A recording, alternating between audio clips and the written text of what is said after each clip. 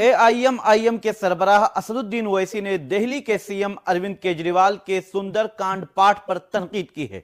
उन्होंने कहा कि आरएसएस का छोटा रिचार्ज ने फैसला किया है कि दिल्ली की हर असेंबली हलके में हर माह के पहले मंगल को सुंदर कांड पाठ का इनेकाद किया जाएगा। यह फैसला 22 जनवरी के राम मंदिर प्राण प्रतिष्ठा की वजह से लिया गया।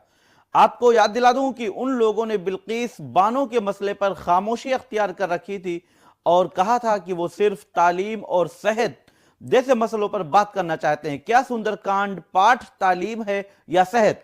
असल बात तो यही है कि उन्हें इंसाफ से परहेज है।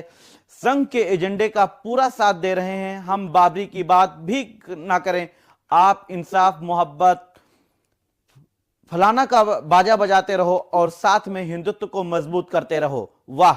ये असदुद्दीन ओवैसी ने अपने सोशल मीडिया अकाउंट एक्स पर ट्वीट किया है